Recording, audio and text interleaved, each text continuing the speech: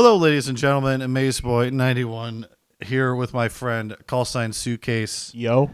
And today we're going to be talking about video game music, the kind of music that we like, what's influenced us as video game fans.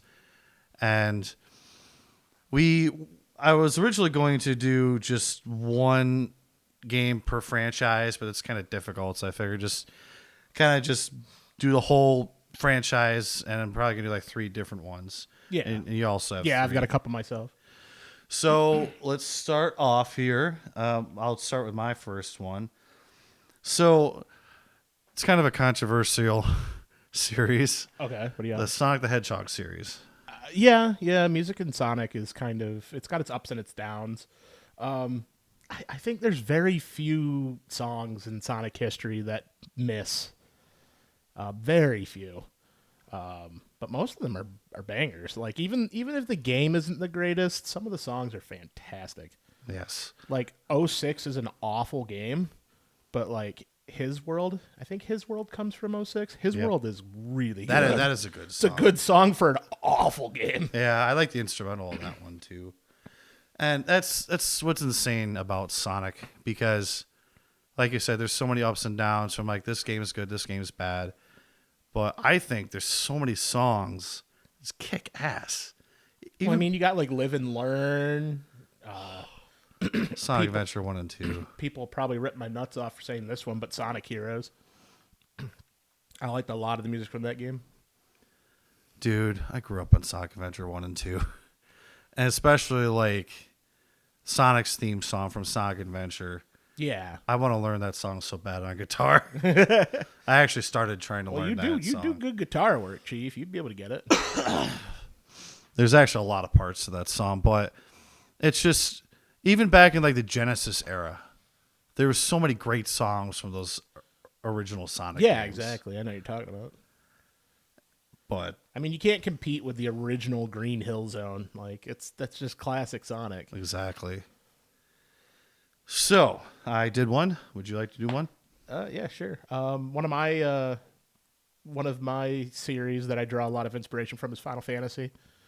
A lot of that fantasy, it changes genres. It really does. Like we were talking about Sonic music being different, but it's like Final Fantasy seems to jump from genre to genre depending on like the generation in the game itself. Because you get like the simple like battle and adventure music of like the original like 1 and 2, and then you start going into things like Final Fantasy 7 where you have like actual like rock instruments and actual like music being played rather than just simple like little what would you call them, like little tidbits of music just looped together in a sense. Right. Like 8-bit music? Or? Yeah, kind of like 8-bit, or even if it's remastered for like Game Boy Advance or a PSP or something, it's still kind of generally the same like chiptune type music. Whereas like even though music loops later on in the series, it's more complicated. It's not just a series of bleeps and bloops, and you got real instruments and real work there. When did that series start using real instruments? So- PS1? I want to say PS1 with 7.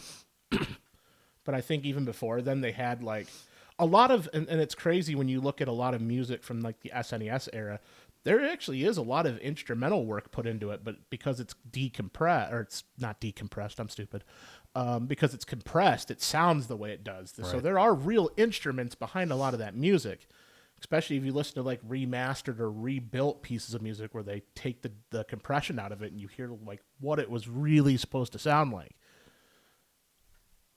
Really cool shit. Yeah. Unfortunately, I can't really say too much of that series because I just haven't gotten into that series yet. But Really need to give it a chance when you get a shot. You need a lot of time, but like it's well worth playing through. yeah.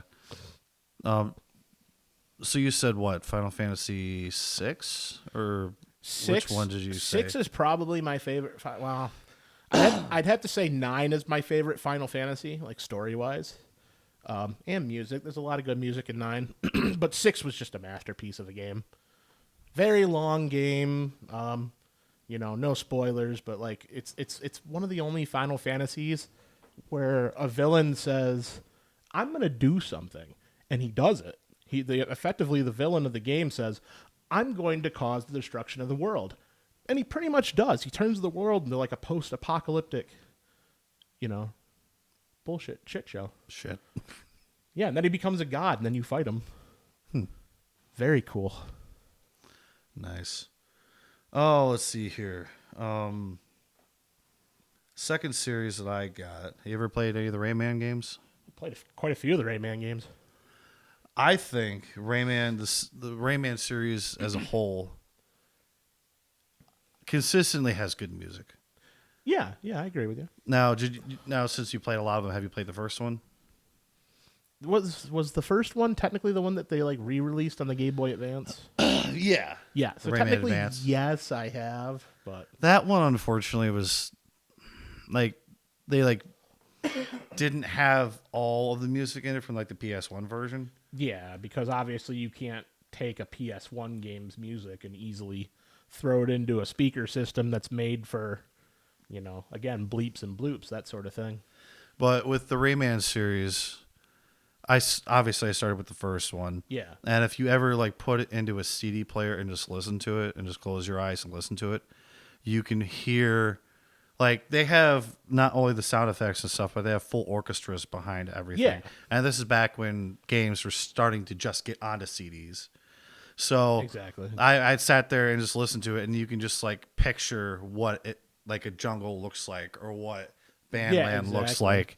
And it's just such awesome music and sound effects, and they just like mix it all into just a great sound that, honestly, for the time, just for a stupid cartoony platformer, it was really good. Yeah. And it was very ahead of its time, I thought. It definitely helps that Rayman itself is a very good game.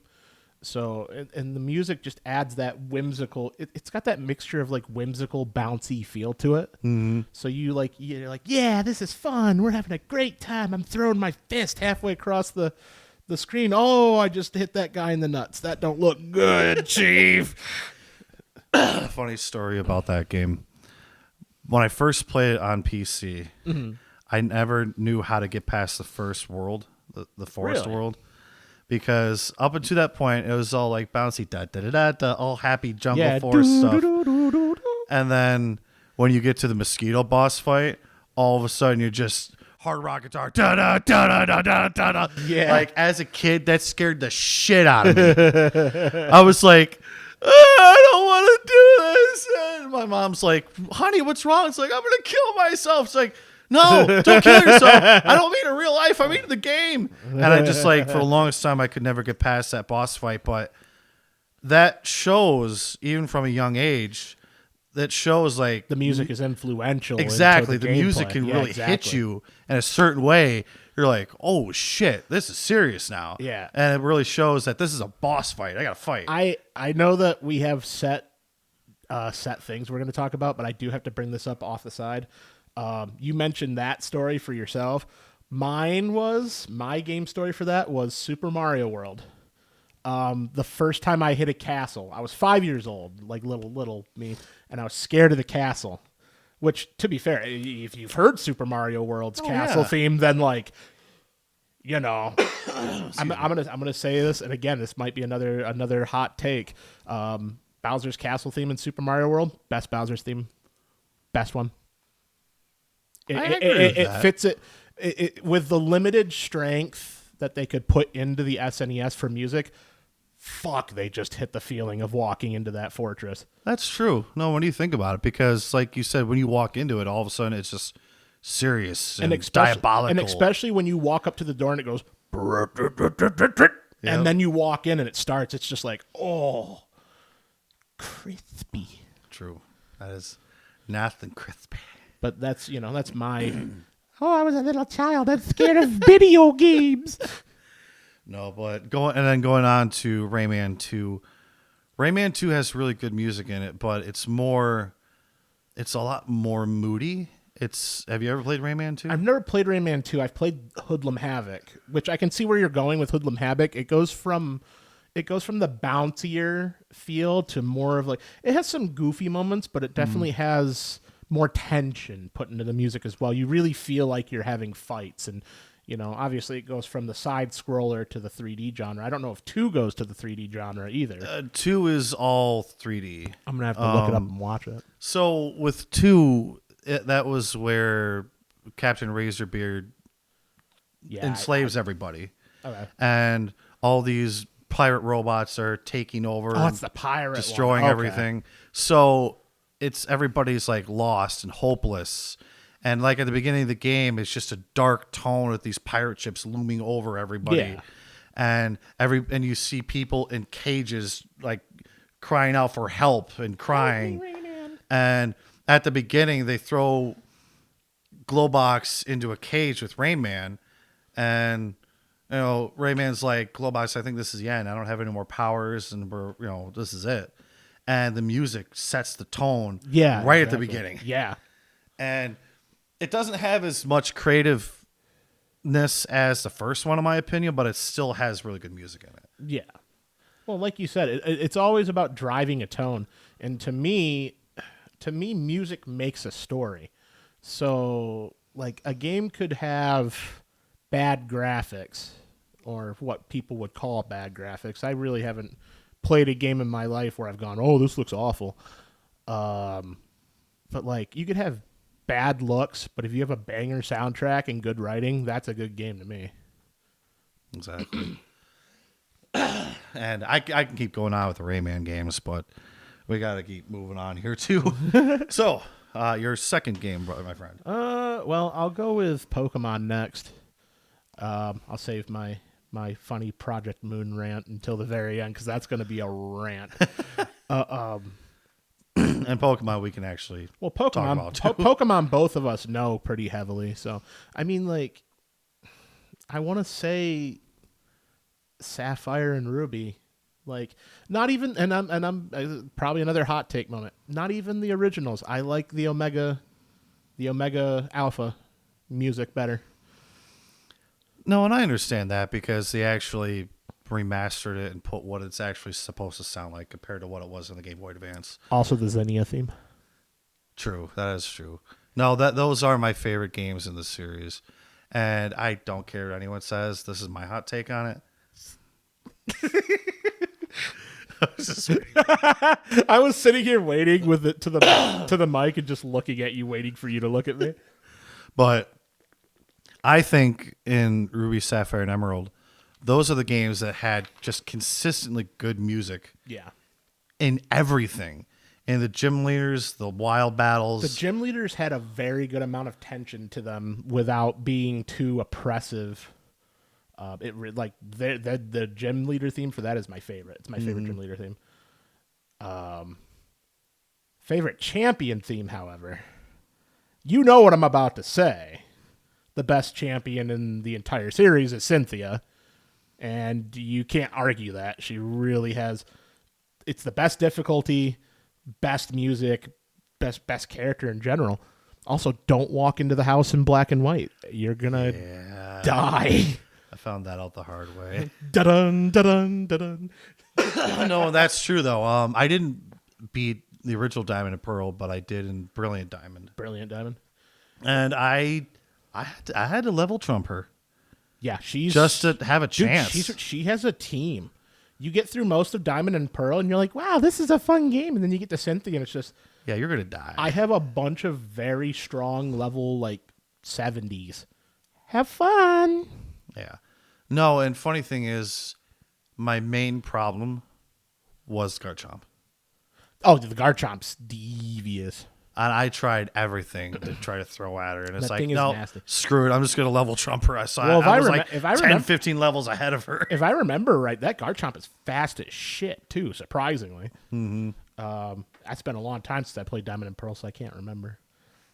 But I think there's so many songs in the Pokemon series, well, especially Ruby and Sapphire, in my opinion, that just leave an impression on you. I mean, the trumpet. Oh, yeah. The trumpet. Well, and on top of that, but like the first time you battle Groudon and Kyogre, that theme song, it's like, this is serious It begins shit. with the bong, bong, and then it kicks into it, and it's like, and then especially with Omega Ruby and Alpha Sapphire, when they Mega Evolve, Yeah. it's like, oh, shit's about to go down. Yeah. It made me. The only part I didn't like about the remake is that they kind of copped out on Rayquaza. They were just like, "Here, have a free Rayquaza. Use it in the fight, please." No, I don't wanna. I want to fight Zinnia with my own team. I wanna see how this goes. Yeah. No, I agree with that. But yeah, and Rayquaza was kind of broken when it Mega Evolved because I one-shot Deoxys You didn't get to catch the Deoxys? the first time. Second time I played through it, I was actually smart. Yes. Did you save your Mega Ball or Mega? Oh, I'm old. Your Master Ball. No, well, I used the Master Ball on. I think I used it on Groudon Kyogre. I think, Which is understandable. but Me, I just one ball bangered it with a Pokeball because I didn't care. I threw it immediately, caught it first try. I was like, how? That was a Pokeball. You were at full health. it's freaking awesome. And besides Ruby and Sapphire, there's also like Gold and Silver. Well, Heart Gold and Soul Silver more specifically, where like you have the boss battles with Ho-Oh or Lugia. They redid those songs to make them sound really good. That's awesome. I love those songs. And even in some of like the modern Pokemon games, as mixed feelings I have of those. Look, I'm not going to say the name because it's spoilers. Because it's the game's old enough, but I don't want to also say it. The final fight in Scarlet and Violet. If you've played it, you know what I'm talking about. The final boss. You know the leader or no, you know what I'm talking about in the underground. Oh, for the DLC. Not for the DLC, but for the end of the game. The the really cool fight at the end. Oh yes, dude, it's. I didn't want to say their names out loud because the people who've played the game are going to know who I mean. But the fact that Toby Fox went from an indie game developer, or he was making ROM hacks. He made a ROM hack for Earthbound. I think that was his first big thing. Well, Homestuck too. But to think that he went from making music and mods for like Earthbound to getting music in a AAA game. That's true. I mean, fucking Megalovanias and Smash Brothers. Like the man made it. No, that's true though. That is very true. That final boss fight. I mean, it wasn't difficult, but I did enjoy the music.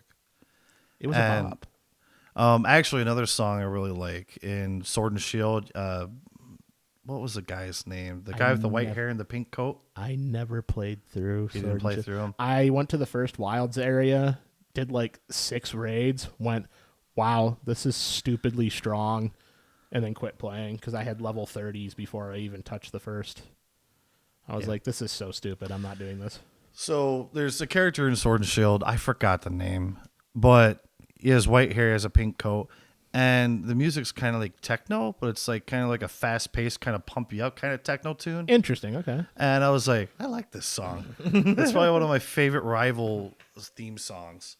But another probably hot take.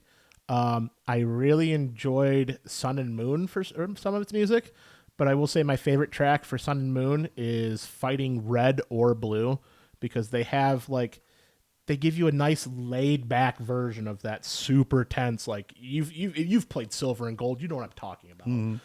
They go from having that really tense, oh, you're facing another world champion basically, to like a very, it fits in with Alola, the Hawaiian feel, and it gives it a nice smooth, calm feeling instead of like, ooh.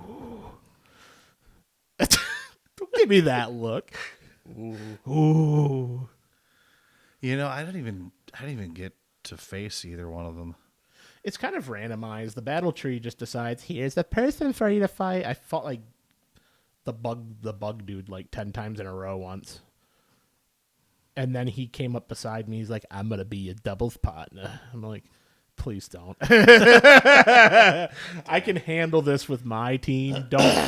Don't. Just go.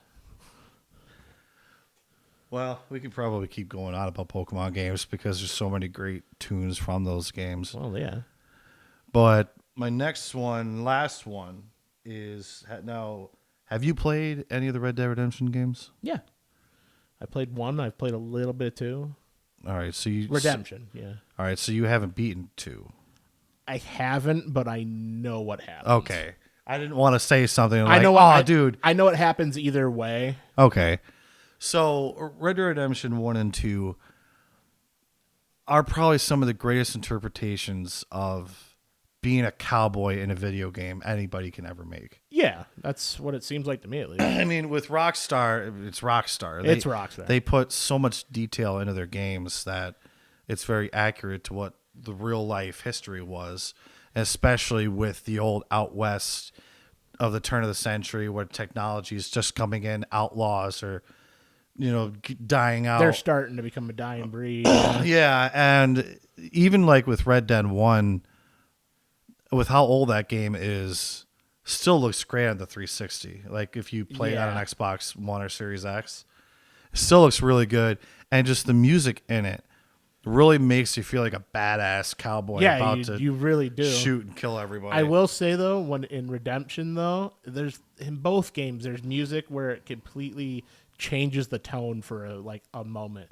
If you remember, there's the moment where I can't remember what exactly happens in 1, to the details. I played through it. I can't remember. It's been such a long time. It's been a while for me too. But when he goes into Mexico for the first time, you get that really nice acoustic guitar piece with like the solo singer, and you're like riding on your horse through a rainstorm, and this wonderful acoustic piece comes, and it's that there's nothing else sound wise than that. You just hear your horse trotting along the muddy ground, you hear the rain falling, you hear that acoustic piece, and it changes the tone from like, rootin' tootin' shooting cowboy to this is deeper than I thought it was gonna be. There's story here, there's feeling.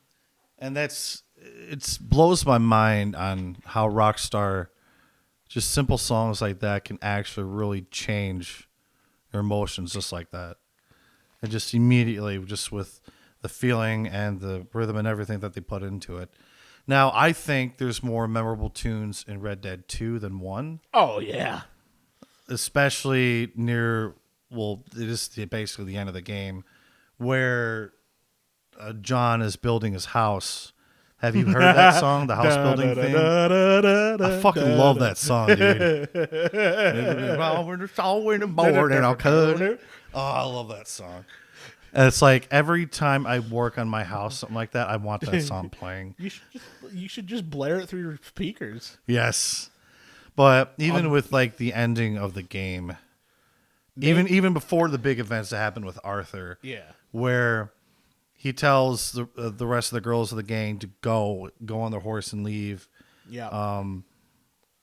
Arthur giving John his blessing basically, and going to meet Dutch at the end. It's, dude, I played the ending like consistently to the point where it was like 3:00 in the morning. Oh my God. Because I was like, no, I'm beating this tonight. I need to know what happens. Like 3-4 o'clock in the morning, I'm sitting there bawling like a baby. Yeah. Just with the ending credits and what happens with Arthur. It's like, that song is my heart. Also, when you played High Honor? Oh yeah. Yeah, of course. That's the way we really do it. Dude, Arthur is a fucking gentleman. I don't care who you are. Like, he's one of those guys you don't fuck with, but he is the biggest gentleman you will ever see. Yeah, really. Well, and the thing about Arthur in general is that he seems like he's that big tough guy. And then you get the scenes like the one where he's with the nun at the end, and he's like, "I'm scared," and it's like, dude, I almost cried during that scene. There's a lot of good because things. At that point where Arthur's like, "I'm afraid," you could tell by his face, he looked like he was about to cry. Yeah. And again, with how Rockstar does this shit and putting the detail into it, and damn it, Rockstar, you make great games. Another game along the lines of Red Dead that I really feel adds to the music, and you can hate on it all you want. The first one was good. Last of Us. The Last of Us, I can't say much for 2. I never played it. from what I saw, I didn't really care for it as much. It kind of threw away a lot of the character values that they had in 1. And the beautiful thing about Last of Us 1 is it was like it's the same kind of thing. Joel on the outside is just an ass. But like really when it boils down to it, he just doesn't want to lose people. He's afraid himself. And he learns to, get over that shit. I love that sort of shit. Also, acoustic guitar in video games just They hit different. And actually, speaking of acoustic guitar, with your last game. Oh, the Project Moon stuff in general, yeah. Now that is the game that you've shown me the music to, right? Yeah, that was Limbus. All right. That I showed you. That's one of Project Moon's games. One of 3. And the big thing about the Project Moon games is they use generic music for a lot of generic fights. But when you get big boss fights, or like in their credits or like their opening themes, they use a lot of like vocals. And the vocalist for Millie is probably one of the best vocalists I've ever heard in my life. That was one of the ones you showed me, right? Yeah, that woman I showed you. Her vocal range is incredible, and she does a very good job of portraying what the song's supposed to feel. There's a few songs where like they lead into more like insane feeling or a more melancholy feeling, and just the way she inclines her tone to match the feeling of the song is incredible. Especially once you get into like, the boss songs where the lyrics are meaning something on top of giving you a feeling. Right. Yeah. Yeah. I love Project Moon's music. I like Millie. It's a good band. No, from what you showed me a handful of tunes. I can't really pinpoint what the genre is, but it seems like just a mesh of different genres together. Especially with like the newer content for Limbus. Excuse me, it's the grape soda. Like each chapter or canto of the story seems to have its own different feel. Whereas like we had a chapter which was basically Moby Dick in a sense. And it had like really tense, almost strange themes to match the enemies and stuff that were showing up. And then we went to the chapter after that, which was based off the book Wuthering Heights. And it's all like Baroque and like Castlevania feeling. Although I will say the big songs that they dropped for that chapter, I never expected them to drop like heavy metal into the middle of Canto 6. I'll play that for you later. I don't know if I've shown you that one yet, but and then the Millie song for that one being a duet the way it was. They introduced the song like 3/4 of the way into the chapter, and they introduced it with just the deeper voice because like I said, the vocalist can hit crazy ranges. It's the same person singing it. And like she can hit really low notes for a woman. And then go to like extreme highs and, just amazing vocal range. But the final boss fight of that chapter ends up switching between the quote unquote male vocals to the female vocals, with every phase. And then at the very end of the fight, which, phase 5, it puts them into a duet and you get to hear them both together. And it's really, that's cool. It's kind of haunting almost. But their lyrics are so good at like making a story and then just being good standalone songs themselves, really. And it's impressive to me too that just for a mobile game, they have mobile and PC for the biggest thing for me that I find crazy, and you've seen it with the credit themes. I've played you the credit themes. The credits are all the same. It's the same theme over and over again. But at the end of every chapter, the character who was focused on that chapter is the one singing in the lyrics. That's the acoustic song, right? Yeah, the one I showed you. There's like 6 different versions of it out now. I'll show you the new one too. No, I did show you the new one. But it's really interesting to see that they've, they do all the voice acting in Korean. I think there's a Japanese dub too. I can't remember. But it's really crazy that they found 12 plus, because I don't know if other characters are going to get their chance, voice actors that can also sing as well as they do. Even if they are like improving it through tuning or editing. So far every one of the sinners that we've heard from so far up to chapter 6 has been a very good vocalist. And I find it crazy that you can find 12 voice actors who also can sing as well as they do. That is pretty amazing, honestly. It's not often you see a VA that can also sing very well. I mean, there's plenty out there, but like, because normally when you have a voice actor, there's like the voice actor that does just the voice, and then if that person does singing, someone else does it. Yeah, and then you have like vocalists that do music specifically. But yeah, to know that you can find voice actors that can also sing that well, it's some crazy stuff. Mm-hmm. Damn. Yeah, music to me really makes a game. Like, even a game with like no story, no writing, you have decent music in it, you just go. Mm-hmm. Like, look at something like something with a bare bones story, Hotline Miami. I'll just throw that out into the void. Like, think about it. It's a kind of a bare bones story. There's obviously something going on there. Honestly, I haven't played all the way through it. I know there's a decent story, but I haven't sat down to play it yet. It's a pretty fun game, but like all the music's like blood pumping, like techno, and it's like it's 80s inspired. 80s inspired, so it's a lot of like I'll play you some when we're done talking. But it's made there to pump your blood and get you like, yeah, I'm going on a baseball bat spree, like kicking down a door and clubbing a man with a baseball bat. And even more so in the second Hotline Miami, they do very good music and like music to go along with what's going on, even if the story isn't like world-shattering story. It's just, funny game. And when you really think about it, if you didn't have the music to go along with these big moments you remember in games, they wouldn't hit and they wouldn't sit in your memory. Exactly. They wouldn't hit as hard. Yeah. Because if there's just nothing there to pump you up.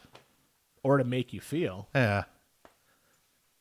Just like with the mosquito fight that I said. That's scared.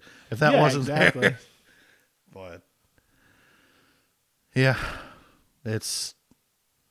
It's amazing what they can do with video games now, especially with putting 4 orchestras behind them.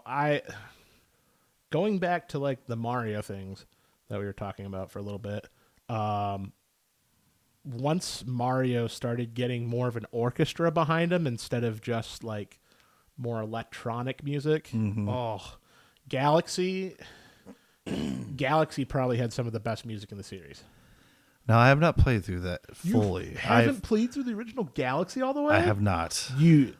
I know I need to. You have a homework assignment. I know. I do need to sit down and play that. It is. I will say this, and people will probably go for it too. I think Galaxy is the best Mario game. 100%. Like, I love Super Mario World. I love my old games. I think Galaxy is the best Mario game Nintendo's ever created. Have you played through Odyssey yet? I played through Odyssey, and it gave me... I'm going to say this, and again, people might chastise me for this. It just made me feel like I was playing Galaxy. Right. Without, like, the stupid fucking Lumas. No, I actually played through Odyssey. I do love the music in that game, especially Jump Up Superstar. Jump Up Superstar. That's like fantastic. The main song that I remember from that game. But I do need to sit down and play through Galaxy. Just Odyssey was a fantastic game. Don't get me wrong. It just didn't hit me like Galaxy did. Something about Galaxy and like Nintendo really took a formula for a game and made it perfect. Like the whole manipulating gravity and like, manipulating Mario's movement with a mixture of planet gravity. So you could like long jump and literally just like crest the top of a planet because the gravity doesn't let you out of its orbit. Mm-hmm. And you just coast and like do a full long jump around a small planet because woohoo, like. Yep. But like Galaxy also went from really peaceful music to moments that, like you and I were talking about, high intensity, like orchestra. Like you get like the late game stuff, and it's all very like marchy trumpet and very intense, like push forward feeling type of music. And then you get like, oh, look at Rosalina singing the babies to sleep. And since we're going off and just talking whatever, there's another game series I thought of that has a lot of that. Hit me. Kirby. Honestly, we should have probably just talked about Kirby regardless. I think Kirby music for me in general is probably some of the best video game music. No, I agree. Because, and I mean Kirby in general is, it's not my favorite game series. It's one of my favorites. It's up there. The crazy thing about Kirby is it goes from, look at me, I'm a cute little pink puff, to I am killing God. Exactly. And it's like, and they do amazing music to match that. Yep. It's like you get in the first stage, it's like da da da da da da da da da. Then you get to the end, it's like dun dun dun dun dun dun dun. Yeah. It's just like, oh shit. Exactly. Because, geez, I remember when I first played through Nightmare in Dreamland, when you get to the final boss, that cape dude. Yep. And all of a sudden, the first few notes hit. Kirby gets knocked off his warp star. Yeah. And then he appears, and the boss health bar goes up. It's like, oh, shit's going down now. Well, and like I said, it's crazy because like even like in Nightmare in Dreamland, even like the Fountain of Dreams theme is like even that's a really good theme for a boss fight because it's the Fountain of Dreams duel, but it's just it doesn't hit like that final boss, like you're saying. There's a lot of games that do that. You know which one really, really gets me throughout the series? 0-2 from 64. Now that's the final form. That's the final boss. So I did not get to the very final boss because I didn't know how to get through get all the crystal shards. There's a lot of bullshit crystal shard spots where you need like the most obscure combinations. Mm-hmm. But like, oh god, 0-2 did a perfect job of like weird. Look at me, weird creepy angel with a bandage on my head and a weird spike thing coming out of my butt. I don't know what to call it. It's a weird thorny thing that shoots out of his ass. Like, but like the series in general goes from those wonderful whimsical, just like we were talking about, Rayman has that wonderful bouncy feeling to it where it's like, yes, I'm on a new adventure. Let's fucking go, boys. Yeah. And then at the end, it's like The Driver where you're staring up at the billboard and just like, you look lonely. Just, yeah, Kirby is pretty lonely. He needs another strawberry shortcake to feel better.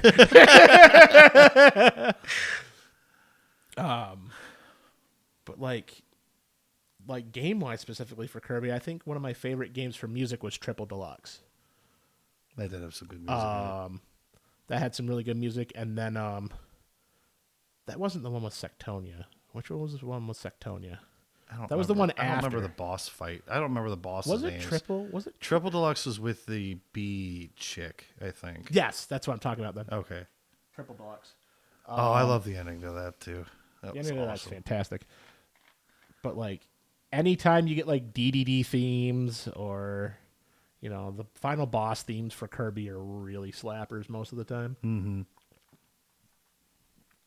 And again, it all plays into that feeling. Like if you don't have that music there, then what's supposed to drive you? What's supposed to... And it won't stick in your mind. No. And that's, it's a very subtle thing. Like music and gaming is subtle. It's just always there. But like when you take a second to like dissect it and really think about it and the tone of what you're playing, like it's really deep. Like you can get a gist of things. Like if you just sit there where you could be safe for a minute and sit there and close your eyes and just listen to the music, like you said earlier. Yep. You could just visualize the forests or visualize this or get the feeling of being here. And that's why I write D&D content while listening to music. And me being a musician, it's difficult to write instrumental music. I think it's always difficult because it's not like you have to add words. It's more of just like you have to build something from the ground up without any real structure other than your own thoughts. Excuse me. Both of us come from a pretty musical background. You more or less play music. I'm more or less a singer. I agree with you. I think it would be easier to write lyrics for a song than it would be to build the instrumental, and I mean, especially if you're not experienced in writing. Yeah. And then you have to know how to do sheet music and all that other happy shit. Yeah. I attempted to do that. It's like, nope, I'm good. I mean, you could also probably, nowadays with the way technology is, you could probably get a program that literally you could probably hook something up into an electric guitar or some sort of port, and you could probably just play notes and transfer it onto a computer, or have like a microphone pick it up and transfer it onto a sheet yourself. Oh yeah. And you could just play notes and experiment and build a song. I don't know. I don't write music, but there's probably something like that out there if you take a look. Definitely. But let's see. Is there anything else you want to add, brother? I don't really have anything else on my mind. I think we had a pretty decent talk. I think so too, man. This is my friend over here, CallSignSuitcase. I'm MazeBoy91. And thank you for listening, folks. And y'all have a good day now. Peace out.